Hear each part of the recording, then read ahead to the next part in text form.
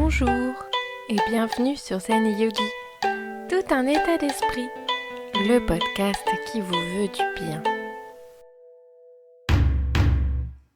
Cette semaine, on part en voyage. On va aller chercher un peu de ce que le bonheur a inspiré chez les autres.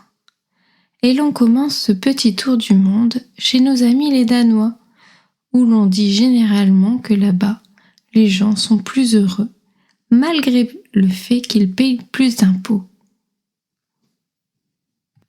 Je vais vous expliquer ce qu'est le hygge, qui s'écrit Hygge. Alors, installez-vous dans un endroit cosy et je vais vous expliquer un peu ce que c'est. Le mot hygge est apparu dans les années 1800. Il est d'origine norvégienne et cela signifie à l'origine prendre dans ses bras. Il aurait changé de sens au Danemark où on le traduit comme un sentiment de bien-être, une humeur joyeuse et une atmosphère intime et chaleureuse. Véritable concept fondamental de la culture danoise. C'est véritablement en 2016 que le concept explose. Il se rapproche d'ailleurs un peu du mot cocooning. Alors, c'est quoi ce hygge ? Selon le directeur de l'Institut de recherche sur le bonheur à Copenhague, le hygge, c'est avant tout une atmosphère. Je cite, « Le sentiment qu'on est en sécurité, à l'abri du monde et qu'on peut baisser la garde. » C'est apparemment beaucoup lié aussi à l'histoire du pays, comme une stratégie de survie après de nombreuses défaites. On a perdu, mais c'est pas grave. On se satisfait de ce que l'on a, même si on a perdu. Chacun a sa manière de voir le hygge. En tout cas, voici une méthode pour le trouver. Déjà, pour être dans le hygge, il faut prendre du temps pour soi. Ne serait-ce qu'un petit moment pour se détendre. Et j'ai déjà exposé les vertus du fait de prendre un peu de temps pour soi dans un autre épisode. N'hésitez pas à aller l'écouter.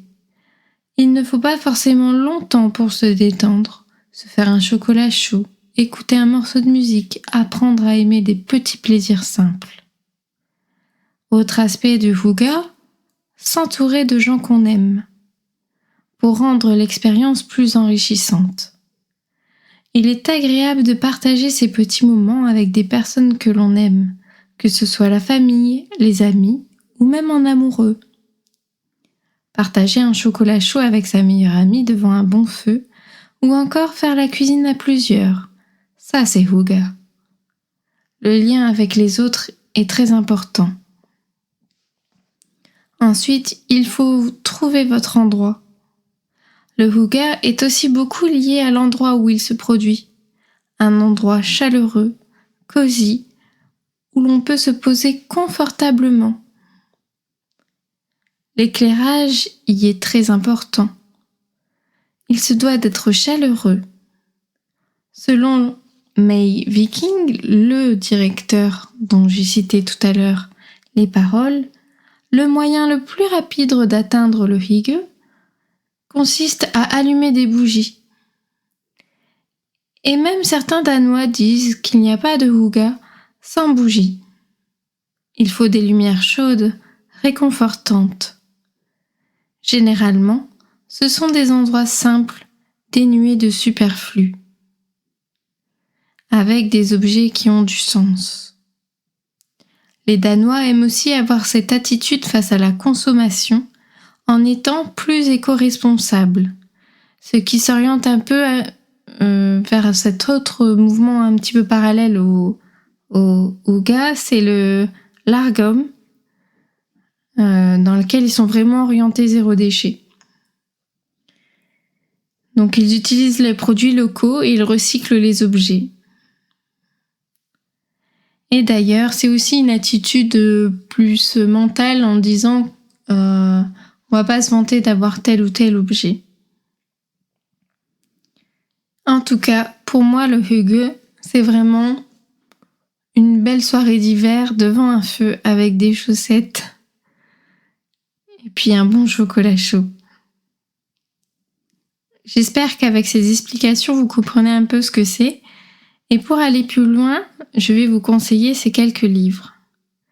Et forcément, pour commencer, je vais parler du livre du Hygge, Mieux vivre la méthode danoise de Make Viking, donc ce fameux directeur de l'Institut sur la recherche du bonheur que j'ai cité dans ce podcast. Mais il y en a aussi plein d'autres, dont le livre du Hygge, l'art danois de créer des habitudes de confort, de joie et de bonheur, de Liv Lindgren, et tant d'autres. Voilà, j'espère que cela vous a plu. N'hésitez pas à liker, partager et à vous abonner selon votre plateforme. N'oubliez pas, le bonheur se trouve en vous, alors cultivez-le.